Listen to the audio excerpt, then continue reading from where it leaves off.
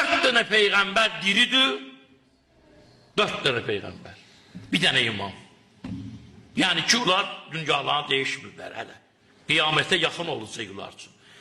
İsa peygamber, İdris peygamber, Hızır peygamber, İlyas peygamber. Onlardan ikisi yeryüzündedir.